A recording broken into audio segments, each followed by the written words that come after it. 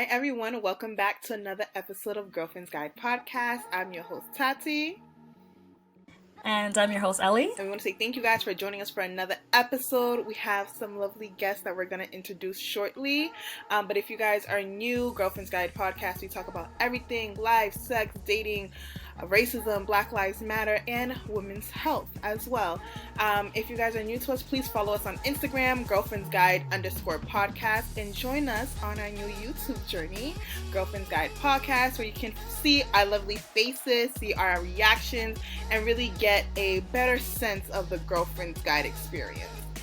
We always usually start with a catch-up, where Ellie and I just kind of debrief our week, let you guys know if we have any announcements coming up, any of that.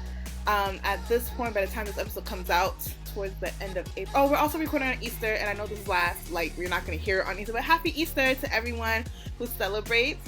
Like I said, this episode's coming out way after that, but still.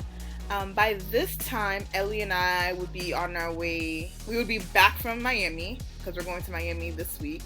My birthday would have passed. Shout out to me, 26. What else? Oh, I dropped. Big 26. Big tone. I would have already dropped my project, which I'm not gonna say. Oh, I can say what it is technically. Well, you'll never. You'll just. How? I know, but you just never know. God forbid it's. So okay, we'll just say Tati has a project coming out. Yeah. So you guys, by then, by now, will know what it is. You should have seen it. It's gonna be on Girlfriend's Guide on our page, so go check that out if you haven't. Also going to be on our YouTube. Other than that, catching up wise, I don't. Ellie, anything? Yeah, I have nothing else to say besides I'm gonna be living my best life this summer. Period. Ooh. So the streets are calling my name. The streets are calling my name. Trips. So I just came back from Miami 3 weeks ago. That was my humble trip, and this week it is my, I don't know what to call it. Trip, it's not a humble trip though. I'm going back to Miami again after 3 weeks. But yeah, I plan every month I'm going to be taking a trip, and that's what I need. That's our self-care. It's my self-care. Yeah. This is how I'm treating myself, you know. Yeah. So yeah. I advise everyone do this if you can. Oh, side note, I just want to shout out to Ellie and the Natural Puff, because I don't think you can see your natural hair. You too? No, yeah. It's a lot of getting used to. I started my journey like 3 years ago, and I think this is last year. 2020 was like the first year where I like rocked my natural hair. Mind you guys, this is my second time going natural. Yeah. You went back to the creamy crack at one point. No judgment. I went back to the creamy crack. No judgment. I'm not going back to the creamy crack anymore, but yeah, it's a lot of getting used to. I'll have a whole episode on natural hair and like learning about it and how to take care of it. But thank you. Yes. Thank you. Well, so guys, next up, our catch-up is going to be short because we got the guests. So we have our meme of the week, and you guys will be able to see it on the screen. But basically, it is a pregnant woman, and basically it's just stating the things that pregnant women feel and go through that we don't necessarily think about. Pregnancy is a amazing, beautiful experience. You're able to give life, but it's not. That's basically 10 months. 10 months of getting bigger, hormones. And that affects you in so many various ways. And I feel like we're always taught that, like, pregnancy is such a beautiful experience, blah, blah, blah. And you know what? And it's the beautiful experience here. I have my child, but that's like the after effect. Let's talk about pregnancy. And even the after effect, honestly, isn't always as glamorous as people make it seem. And I'm just so happy where we're going to have this episode to talk about the realities and what we can do to help and support people, pregnant women, and people specifically pregnant women of color, Black pregnant women.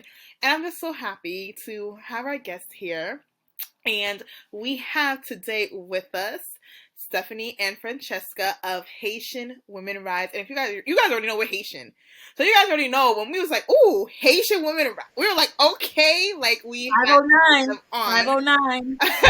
509. So we had to put them on. We're so incredibly happy to have them. Just our meeting prior, just talking, the vibes were there. So I hope you guys can feel that through this episode, and I hope you guys learn a lot. So Stephanie and Francesca, please come on in and introduce yourselves. Yes. Hi. Hey guys. Hi. I'm Stephanie. And I'm Francesca. First of all, thank you for having us, okay? Of course. Thank you for joining. Thank you. Thank you for joining. Okay, so we're both the two co-founders of Haitian Women Rise. My name is Stephanie. I said that. I'm 28. I graduated with a bachelor's in biology, and then I got my master's in the ethics of healthcare. I'm currently working in a pharmaceutical lab making medicine, and I'm in the process of applying to PA school. Yeah. Oh, I love it. So, as I already mentioned, my name is Francesca. I am also 28 years old. I'm currently in nursing school right now. The field that I work in right now has nothing to do with what I'm going to school for, but I'm a legal at a law firm. And my hope is to continue my education and become a nurse practitioner. Yes. So I know our audience should know already, but I'm currently a nurse. I'm in NP school. Ellie is public health. She just got her master's, and you guys know by now she's on the journey of becoming a doula. So it's just the healthcare field in this episode, the melanin magic, the Haitian. I just love it. I just love it, and I'm so excited to talk.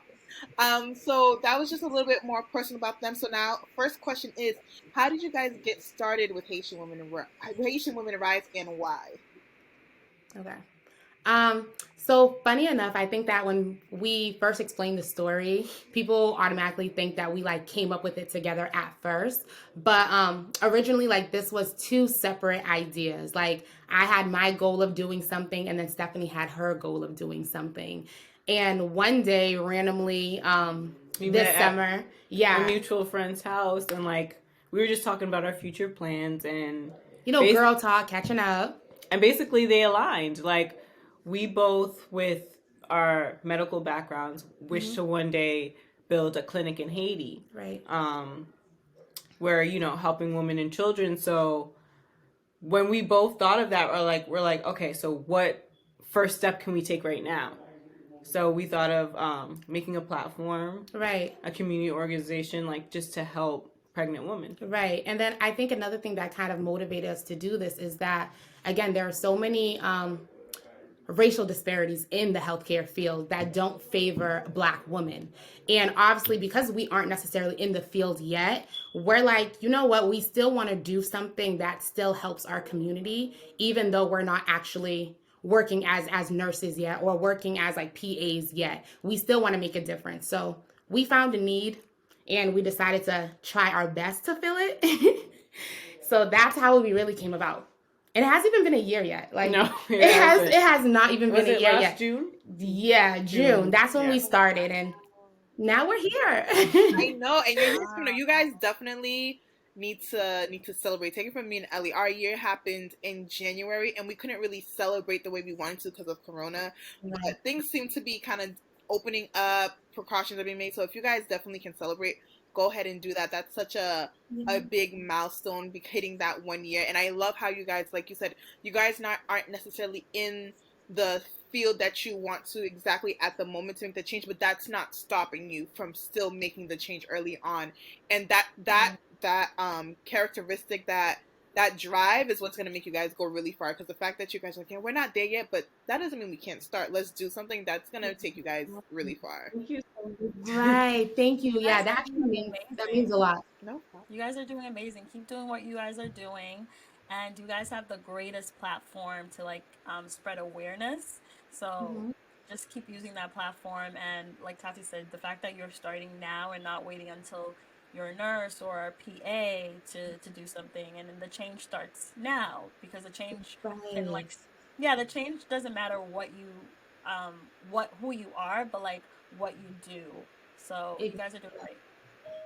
And I like how you mentioned that, because I feel like so many people have this misconception that in order for you to make a difference, you have to wait until you're where you want to be.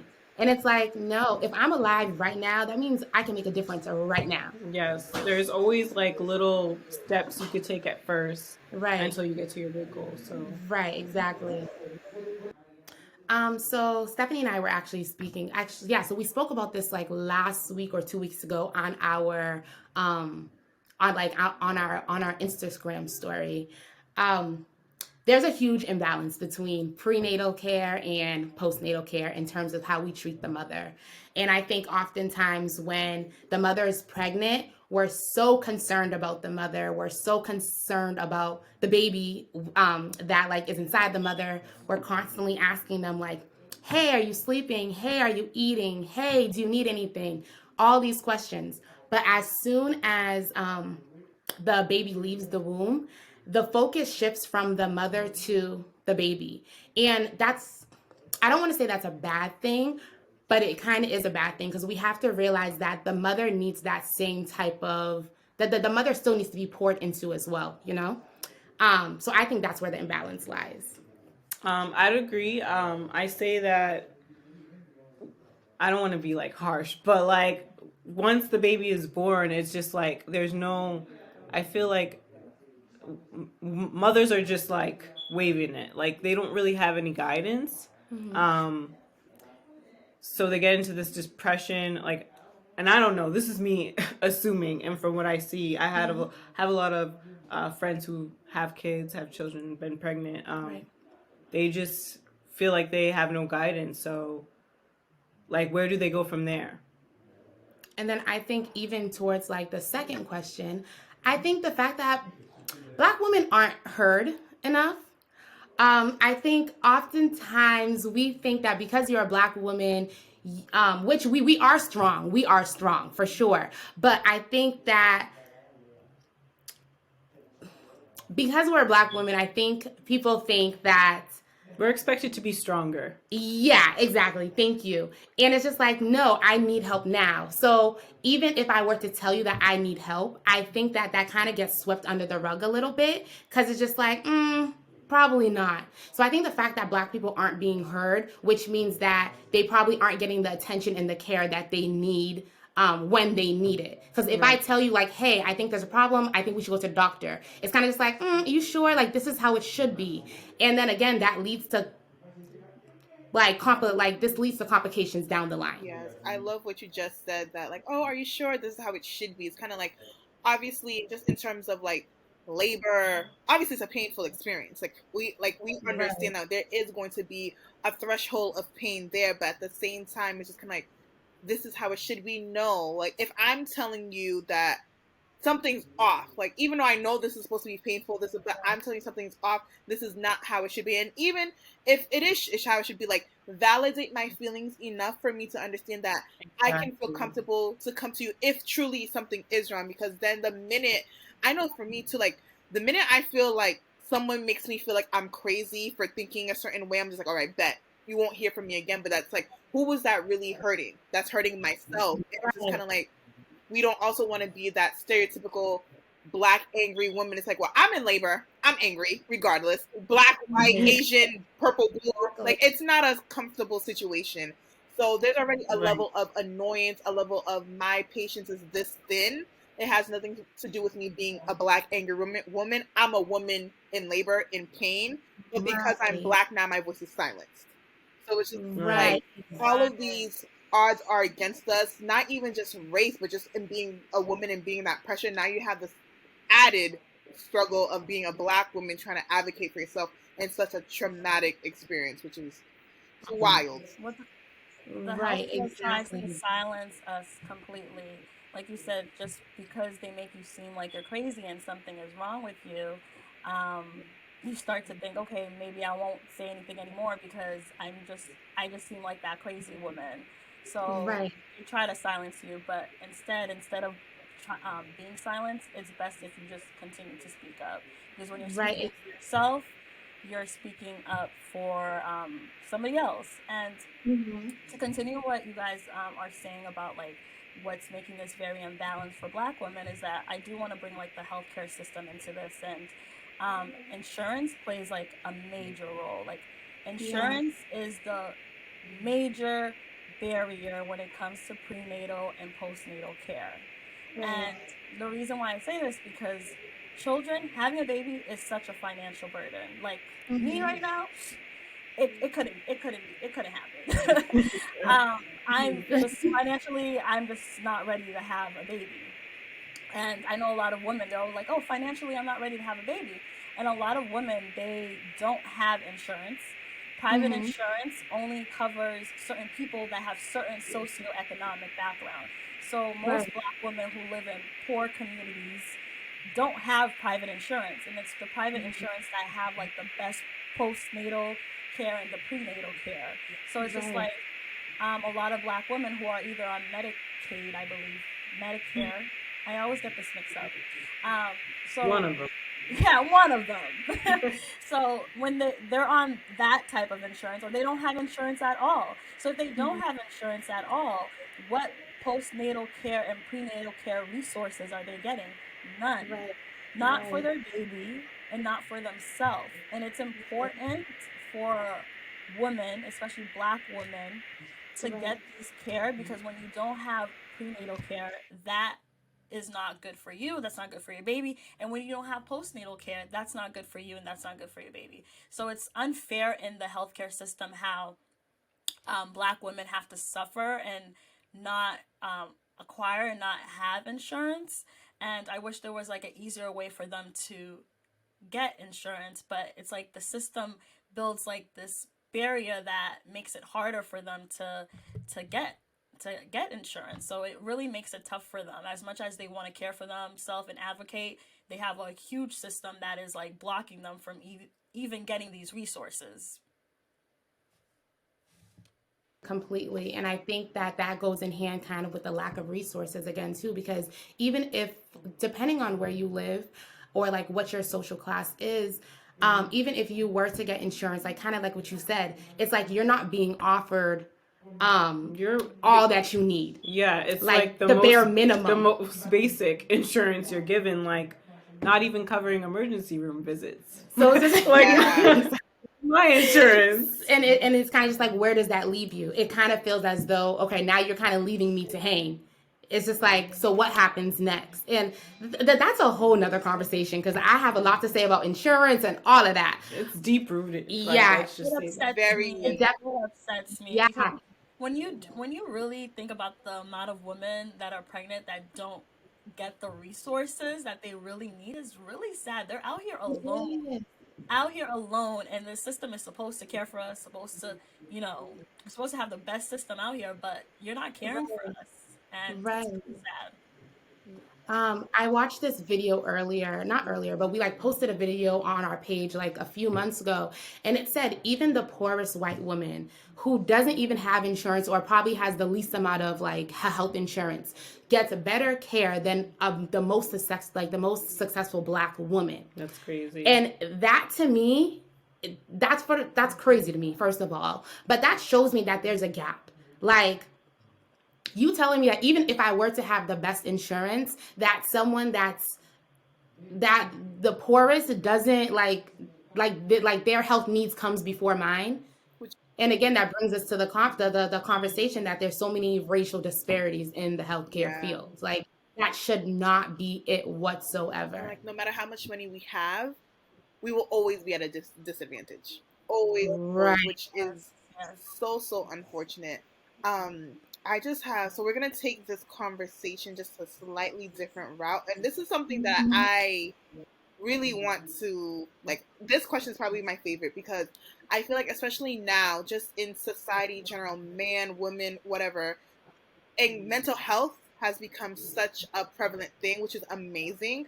It's become such a prevalent thing in the Black community, which is great. Even myself, I just started therapy last year, and that's something I never thought that was like, well, I'm not grown up, I'm not crazy, I don't need that, you know what I mean? And a lot of my friends now are starting therapy as well. So the fact that being in tune with our mental health and emotions is becoming such a prevalent thing.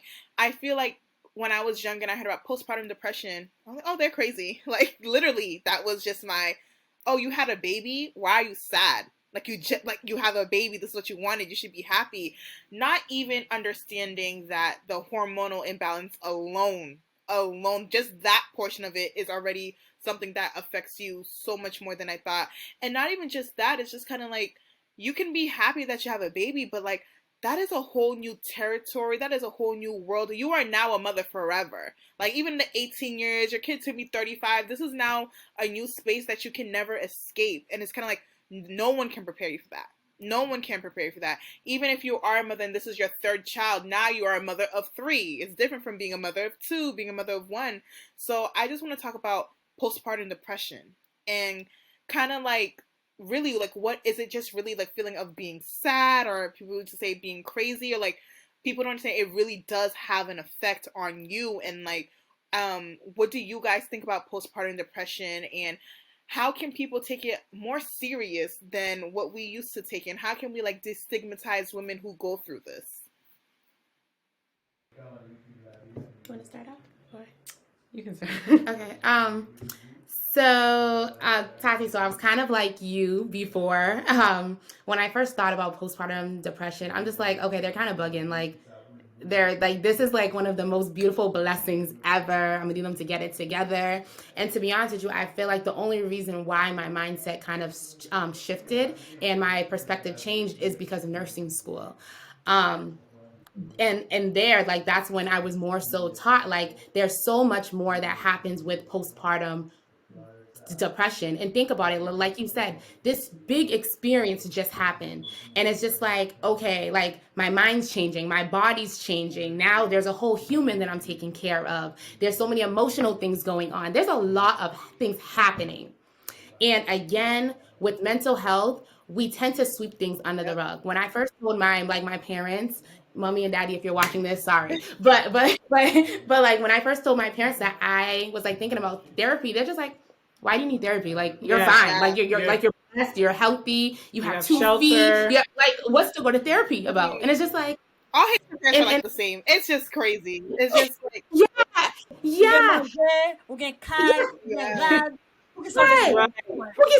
Like, you've never been through anything. I think they like, I was talking to my mom about this the other day, but like they've been through, I don't know about your parents, but my parents been through everything. Like, you know, from living in the shack in Haiti with all their brothers and sisters, losing their parents early. So it's like they look at me and I've never even had those odds against me, anything like that. And they're just like, all right, what are you stressed about? What are you sad about? Like, but what they need to understand, like, we've had different experiences. You can't invalidate mine because it wasn't like yours. Like, right. I don't think they'll ever get that though. Yeah, that's the biggest thing. Like, you went through yours 100%, but I'm also going through mine.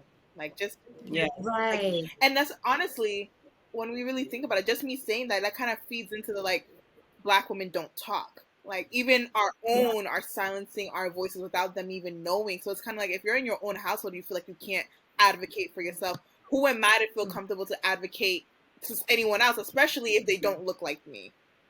Exactly. So I think that first, we need to change our mindset when it comes to mental illnesses, when it comes to going to therapy, when it comes to all of that, because I feel like the only way a change is going to happen is if we change our mindsets first. Like, it's okay to go to therapy. It's okay for you to feel as though you are like depressed because you just had a baby. Of course, you can still have thoughts of joy. Like, you like having thoughts of joy doesn't mean that you can't be sad as well too. Right. So I feel like once we shift our mindset, it'll be easier for a pregnant person or someone that just had a baby to say, you know what, I'm not doing okay and I need help. And then even so, like, I know there's a difference between postpartum blues and like postpartum like depression and so on. So even with that, I think that I just want to make sure that it's clear, like having postpartum blues, like that's like temporary stuff. Like that's what I guess normal. But I think that once you get to the case where you are feeling as though, or you've been diagnosed with postpartum depression, that in that case, it gets more serious. In that it's case, like chronic. Yeah. So in that case, you like need more help for sure too. So again, do not be afraid to ask for help if you need it. Yeah.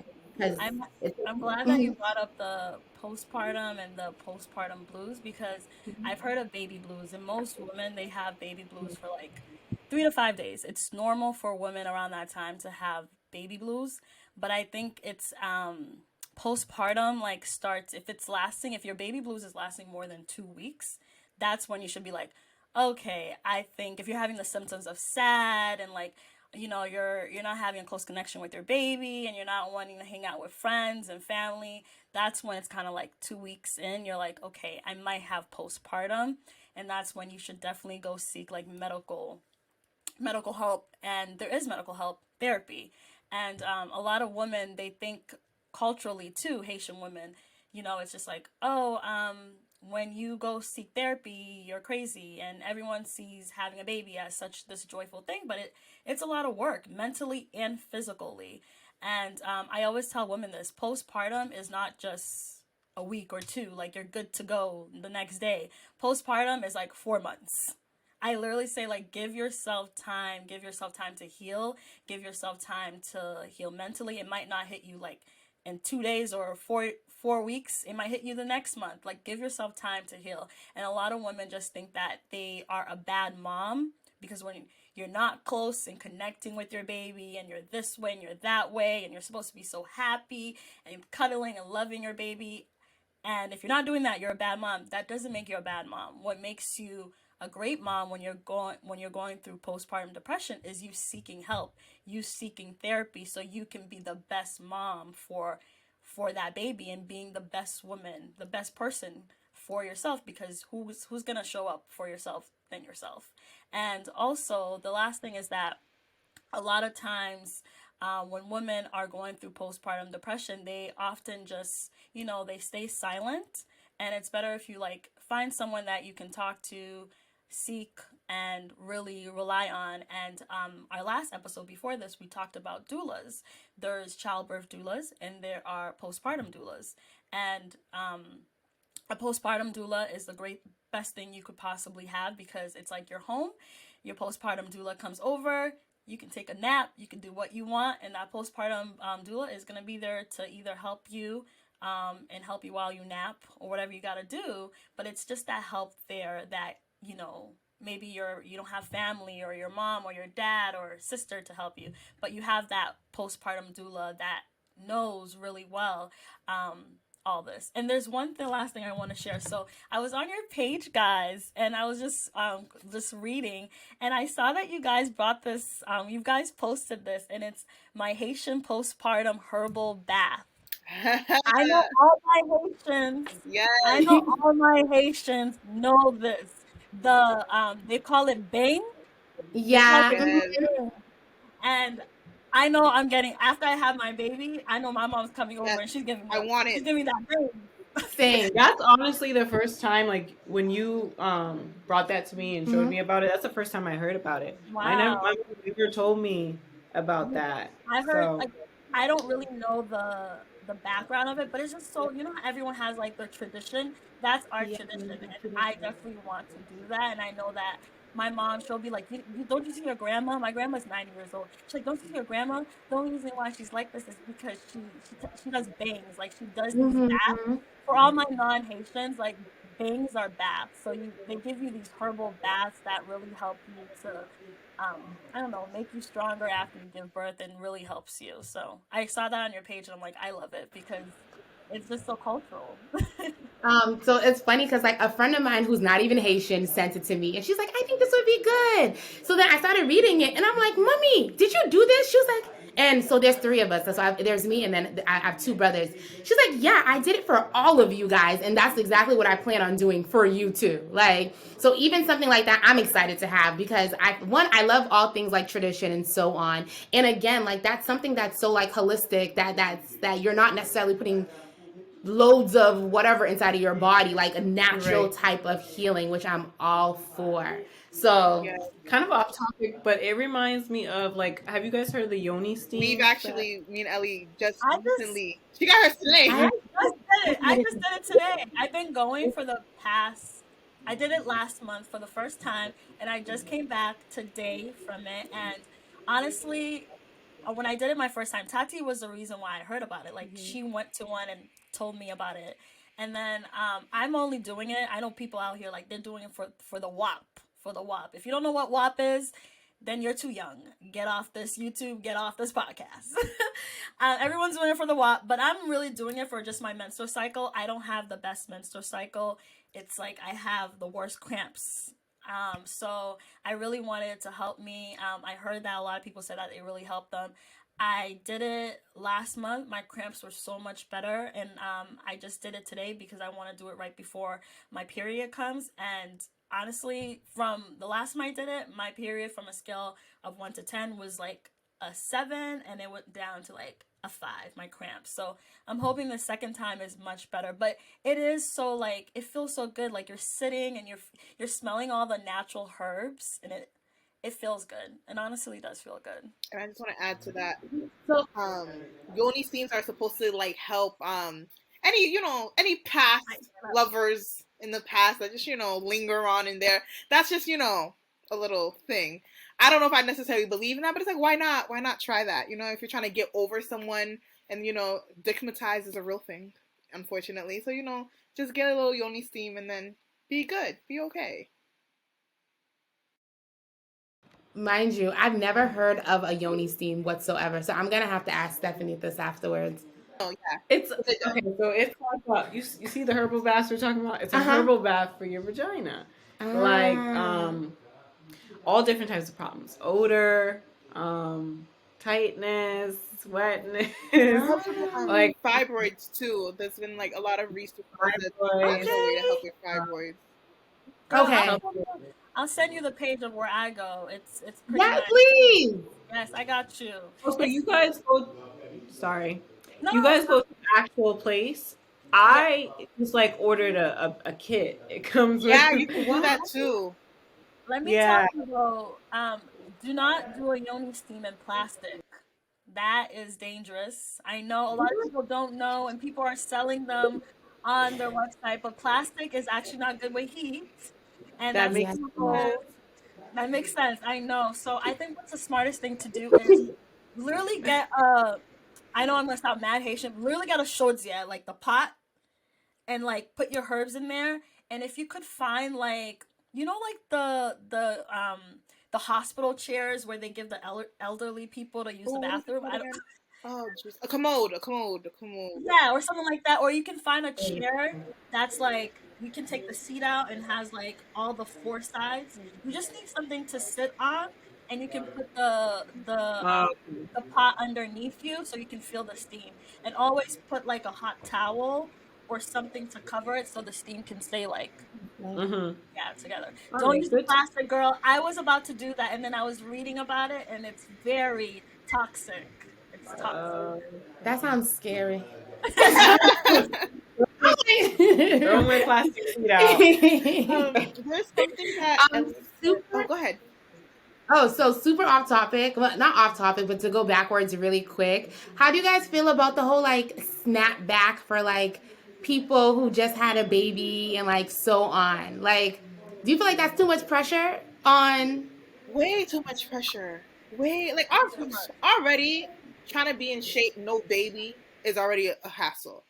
Now you just gave birth to a human being, and everyone's pregnancy is different in terms. Some people literally are just all belly and they're fine. Some people carry weight in a lot of different places, and once they drop the baby, I always say drop the baby. It's such a bad way of saying it. Once they give birth, it's like it doesn't go back, and I just feel like there's so much. And one woman, Sierra, even though her snapbacks are always, this last baby, she showed her stomach. Like, she still looked, once people give birth, they still look a good 4 to 5 months pregnant right after. Like, your stomach just doesn't go flat naturally. And she showed that. And I just feel like there's so much pressure on women to go back to looking like they did before, even better. And it's like, yo, do you understand? I had something cooking in me for 10 months. And it's just like, now I got to take care of it for the, like, we're not already. It's just kind of like the woman is the soul. Even if they do have help from like mothers and husbands, like it's the mom's job in terms like we already know the woman's the one who's getting up in the middle of the night, feeding. Like realistically, the dad can do so much, but that's for the first couple of months, it's really mom and child. Where do you think I'm having time to snap back? I'm trying to find time to breathe and eat and sleep. And I think the pressure that society puts on women to snap back is ridiculous because these celebrities that snap back already before they weren't natural. So the snapback is unnatural. Okay? Okay. Kardashian, she was just like, after I had the baby, the media was saying how, like, you know, they're making fun of me. I was like a whale and stuff like that. But I'm just like, you're a public figure and you're portraying your snapback as like it was like this. Think about all the other women that are, you know, are seeing you. Like, I think people need to be more transparent and showing them the real struggle. It's not that easy. I've never been pregnant, but um like I know the snapback ain't easy, because even me trying to like get this body right, it's a lot of work. Yo, I feel that on so many levels. Like, even me trying to snap back now is hard. Now imagine me pushing a human out of me, snapping back to it's just even like the point of like trying to find the time. I cannot find the time now with no baby, or sometimes even the motivation to wake up in the morning, and you're telling me when I have a child to get up and try to do that. Like, it's crazy. Like, shout out to the women that actually do it. Yeah, but again, that goes to like that's a lot of pressure to have on the woman, for sure. Like, a whole lot of pressure. That is way too much pressure. I don't like that at all. I think hopefully more conversations like this on bigger platforms, like, it can kind of debunk that, because that's another thing. Like, that's gonna contribute for me personally. My postpartum, already done with the baby. Now I got people telling me, "Well, you look like this, you look like that." My mental can't handle that. So I just need people to be more aware and more sensitive to the way that a woman's already, when it comes to body image, our mind we're very sensitive to that. So now you're telling me after I just gave birth, my hormones are like, be more sensitive to the mental health of a mother. Like, understand that things are going to be like 10 times more than what they were. And first of all, it's none of your business to comment on my body regardless, number one. But number two, if you're gonna say something, just take a second and think. She just gave birth. Okay, she's probably wearing the same t-shirt for the past 5 days. She doesn't care what she looks like right now, neither should I. Like, let me help her let her take a nap versus me commenting on her weight and how she looks. Before I forget, there was something Ellie said during the postpartum conversation that I wanted to get back to really quick. Ellie, you said something in the lines of like, if you need to be like the best person for yourself. And I always say on this podcast, anything regarding mothers and like even fathers, but we're just about mothers, it's kind of like, I feel like we're expected once, like you said, once we're pregnant, it's like, okay, like, how are you? Da-da-da, did you eat? And then once you have the baby, it's kind of like more towards the baby, and kind of people forget about you, and now you're automatically supposed to be mom mode and be completely selfless for the rest of your life, or at least within the first 6 months to a year, like the baby. And I always say that, like, you cannot put anyone before yourself, because if you're not right, no one else around you will be right. And I think there is a lot of stigma and a lot of mom hate when a mom of a newborn 3 months wants to go out for one night with her girls. Like, well, you just had a baby 3 months ago. What are you doing? Oh, so you're really going to drink and you're going to pump and dump, like pump your breast milk and dump it? Because yes, I am. Yes, I am. Because I need this mental break. Because if I heard a lot of women say, like, I'm in the house with the baby all the time, I'm going crazy. That can lead to very, very serious consequences. That can lead to postpartum depression. And honestly, we've heard those cases where people say they go stir crazy in the house and God forbid they do something ill towards their child. Like, we need to take away that stigma of my life is now for my baby. Your life is for yourself, and your baby's a beautiful addition. But the minute you let yourself, your mental go and only focus and have the pressure of only focusing on one person, you're not going to be good for your baby, because you're not good for yourself. So I just want to say to all the moms out there who get hate for going out with their friends or wanting to take a nap or wanting to have a break, like, you deserve it. You deserve it 10 times fold. And I know you're not even going to get that. So don't let anyone bring you down for putting yourself first, because everyone else around you is putting themselves first. And you need to be the best person you can be in order to be the best mom you can be to your baby. And that's on Mary Had a Little Lamb, okay? but that's me and Stephanie's mantra. Like, is it mantra or mantra? I don't know. I was thinking mantra. But regardless, that's me and Stephanie. Like we always say, like if I can't pour, like there's no way that I can pour into you if I don't pour into myself. I can't make sure you're good if I'm not mentally good. So that's the same thing too. Self-care is important. Mothers, self-care is important. Being the best version of yourself so you can be the best mother for your baby is important. But in order to do that, you have to pour into yourself. You have to make sure you're okay. You need to get the help that you need so you're able to properly, again, pour into your baby. And your baby can feel everything. Like, yeah. Make sure you're doing things to make yourself feel happy. Like, right. I don't know, if it's like watching a movie, just doing your makeup, like going out to eat. Yes. Just little things. Heard you. But I'm gonna be that mother. I'm literally gonna be that mother right after I have my baby. I know I'm going out to hang out with the girls because I'm that kind of person. Like mentally, I need that. I can't be in my house. I can't be in my room because if that's me, I'm just too much in my head. I already know myself. I need to get out there. I need to enjoy myself, and so I can still be that great mom. I know this person that literally just had a baby, and I think like 4 to 5 months after she was like hanging out with her friends and everything, and I was cheering her on. She literally goes on trips and drops the baby off at grandma and grandpa's house, and I'm like, good for you.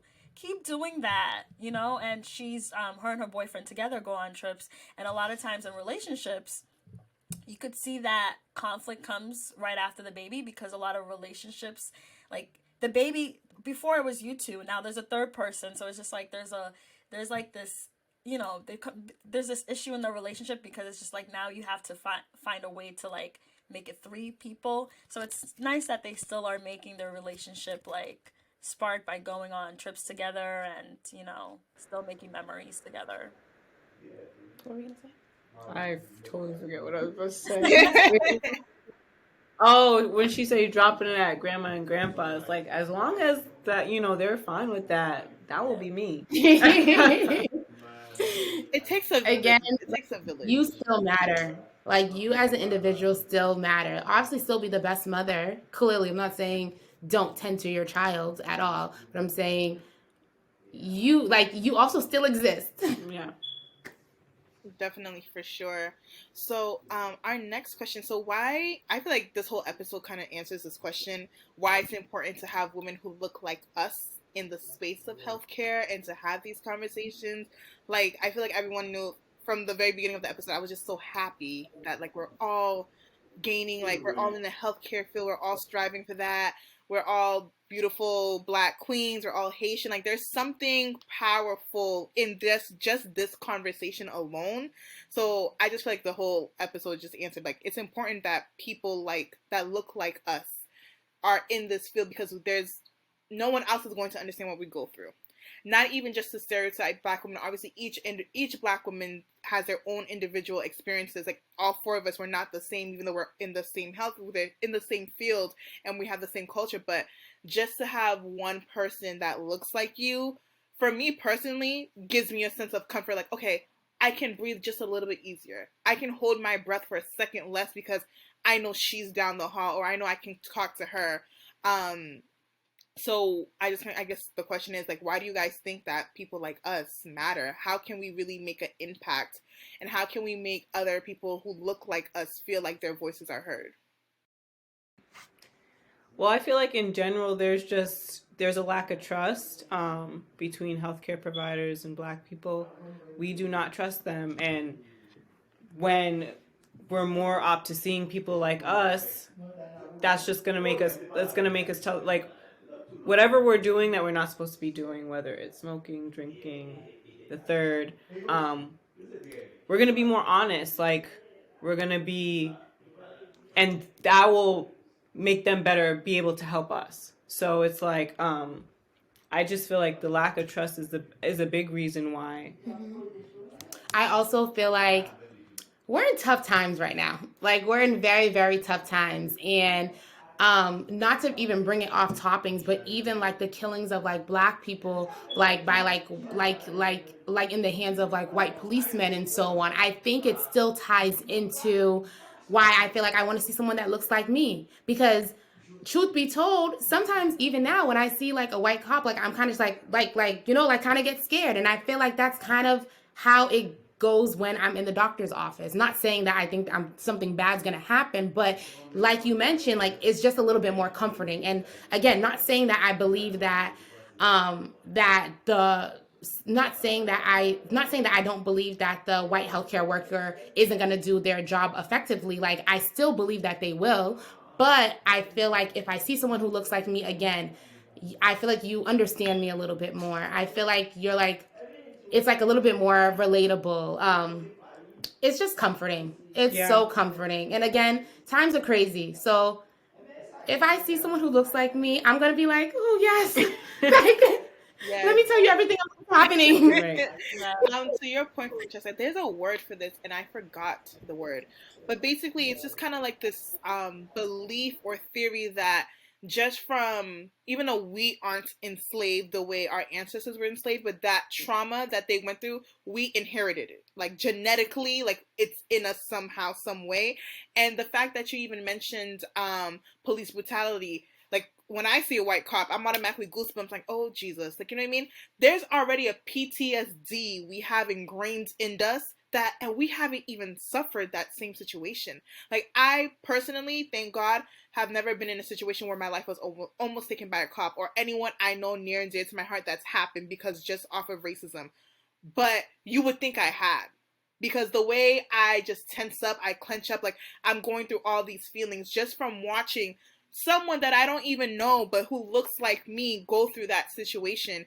And just even the history of women being used, of Black people being used for like guinea pigs for surgery, no anesthesia, pregnancy, like we were used and abused in order for them to just figure out how to make it work. So it's just kind of like that distrust already has just fallen on us. And I just think it was a great point that you made, because it's like, even though it's kind of like you said, oh, it's off topic, it's really not, because all of these factors come into us and come in, whether we realize it or not, we are suffering from our ancestors' slavery and their the abuse that they went through, the depression that they went through. Like already out of the womb, I just feel like the anxiety is there, the depression's there. Like already we have a dark cloud on us, unfortunately. And it's like, obviously as a baby, you don't see that, but it grows up and you grow up with that. And that is in your blood. That is in your bones. That is in your pigment. That is in our melanin.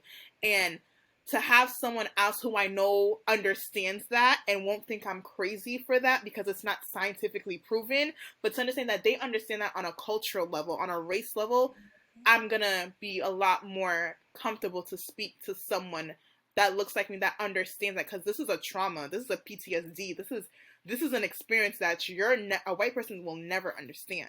Only someone who looks like me can understand that.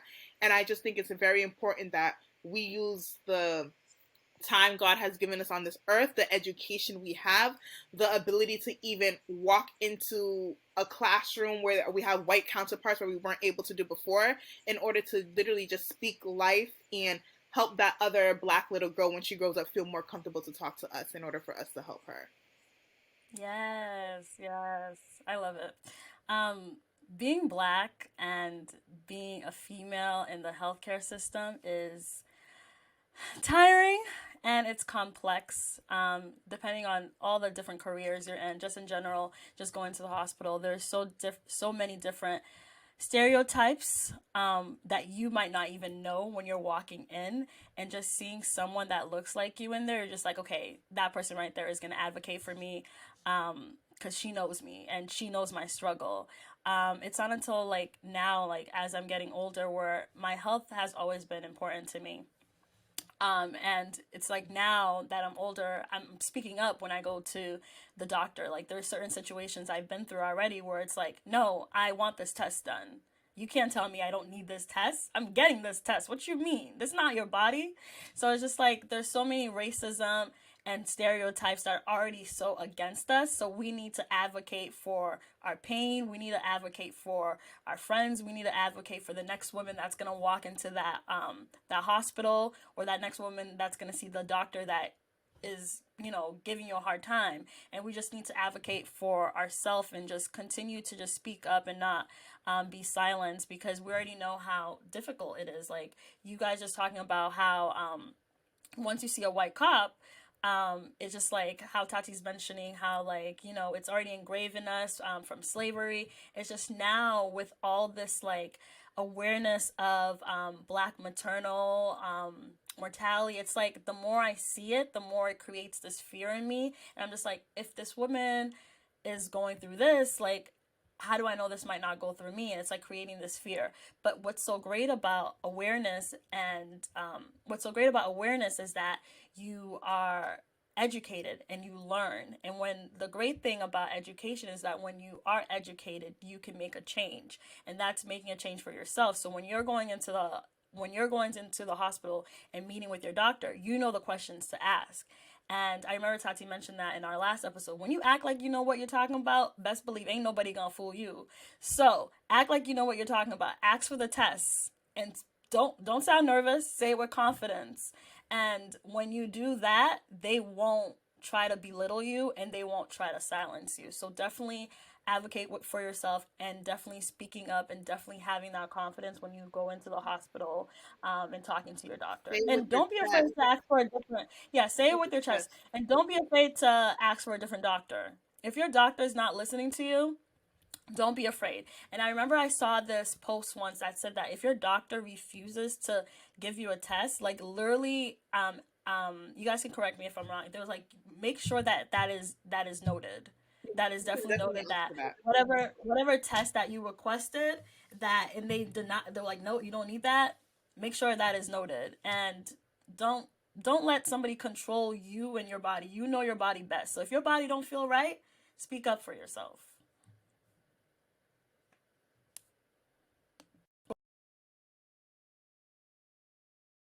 Oh, here. Oh, so sorry. I kind of forgot where the mic thing was. But I love how you mentioned just being like an advocate for yourself. I think that's important. And also, even these healthcare professionals are supposed to be our advocates as well, too. So even you saying like, hey, like I like really want a test done. And there's been so many times where I've asked for something. It's like, oh, you don't really need it. Mm-hmm. Oh, I think, you know. But again, being able to be, if they're not going to be a advocate for you, again, it's important that you're an advocate for yourself, because then that forces them to kind of do their job, you know? Right. So I love how you mentioned the whole advocacy thing, because that's the point. That is literally the only reason why we're here, to advocate for the patient. Yeah. That's the only job we have. So yeah, definitely. So that was actually the last question we have, but now we have a segment called Melanin Monday, and where we highlight Black creatives, entrepreneurs, Black people just doing their thing in the community and defying the odds. And obviously we have you guys here, so you guys are our Melanin Monday. So this time we're just kind of like, tell us where we can find you, how we can support, and I also want you guys to talk about, I know you guys did the fundraiser in the past, and I really want you guys to talk about that, because this kind of just goes back to us saying that, like, even though you guys aren't where you guys want to be in the field, you guys are still making a difference and still using your platform to do so. And tell us how we can help in the future. Okay, so we are Haitian Women Rise. You can find us on Instagram, Haitian Women Rise, spelled exactly like that.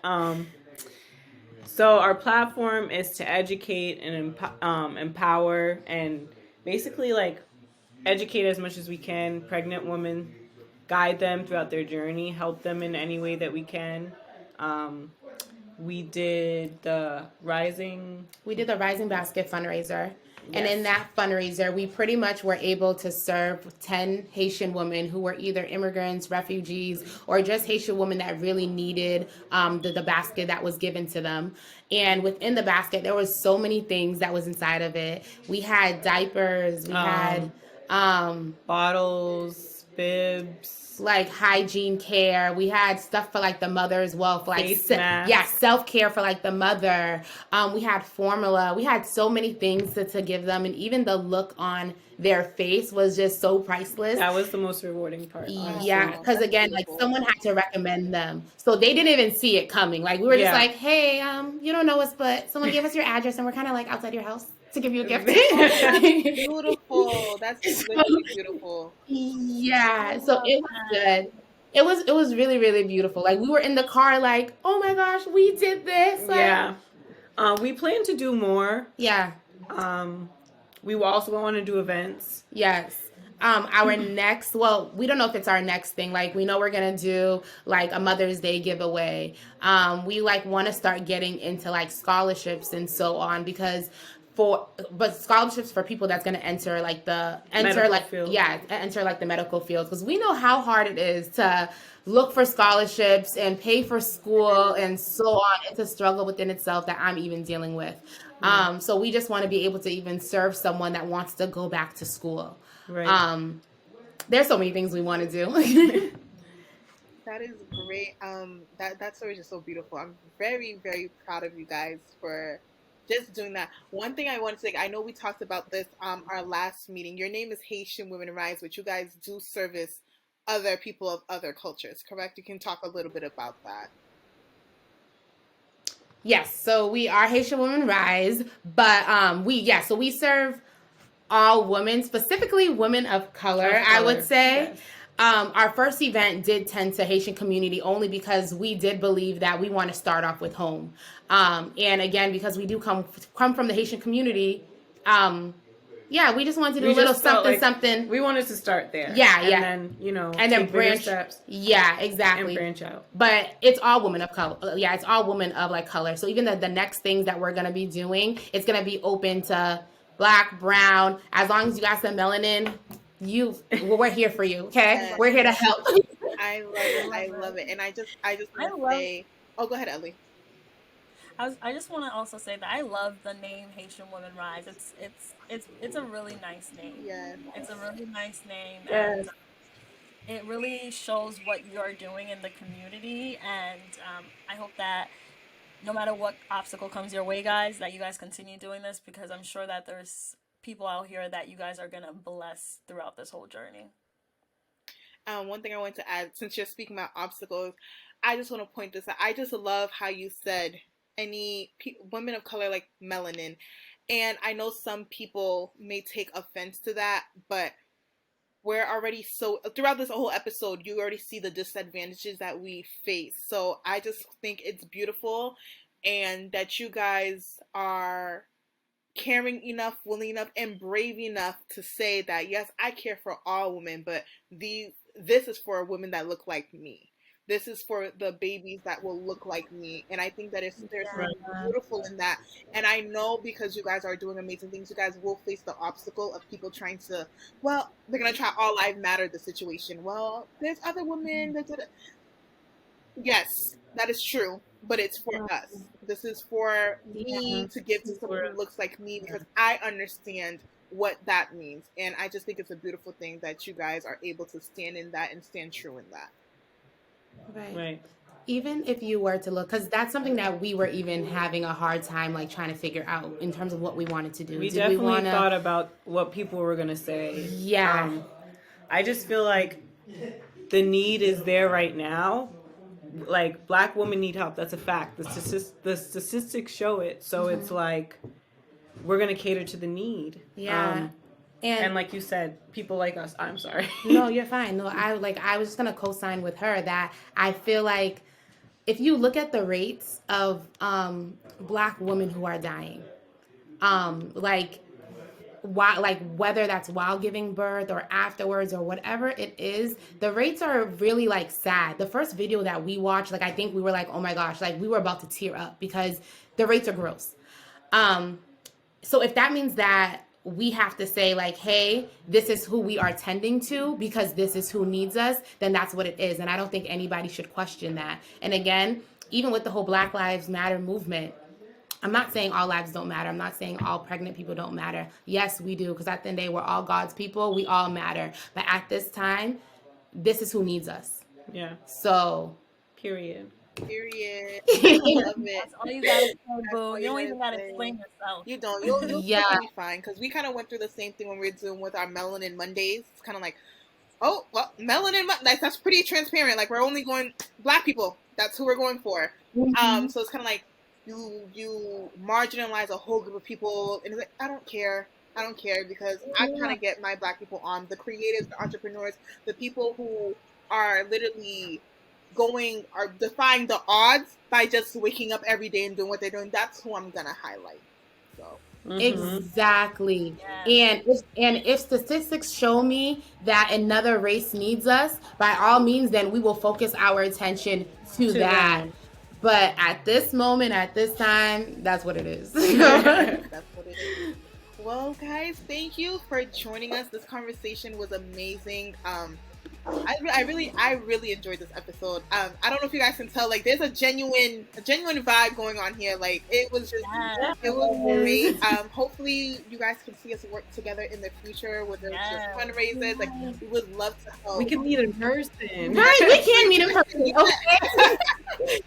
Okay. I just want to thank you guys. Thank you guys so much for what you're doing. I can't say it enough. It's amazing, and you guys are changing the community more than you know, and I know you guys are going to do great, amazing things. Thank you guys so much.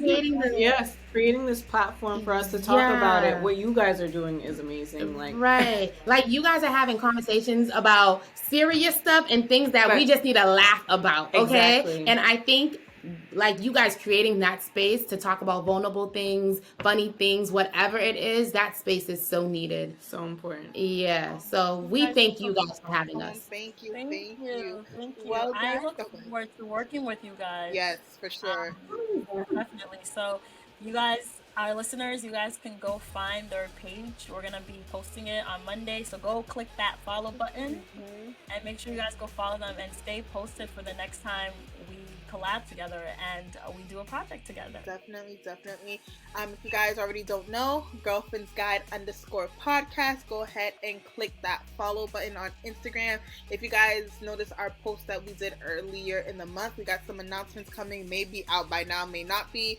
So definitely you don't want to miss out. And if you want to see this conversation live, see the genuineness, go ahead and follow us on YouTube, Girlfriend's Guide Podcast, where you are able to see our faces, able to see reactions, able to just enhance your Girlfriend's Guide experience. So once again, thank you for joining us, and we will see you on the next episode. Bye, guys. Bye.